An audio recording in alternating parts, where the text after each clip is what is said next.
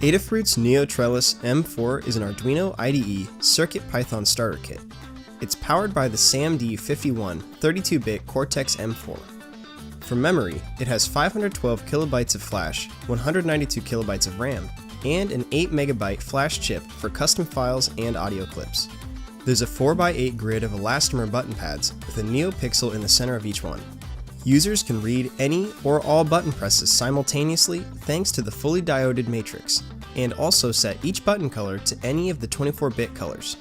For audio, the SAMD51 provides dual DACs, and they're connected to the left and right on a standard headphone jack.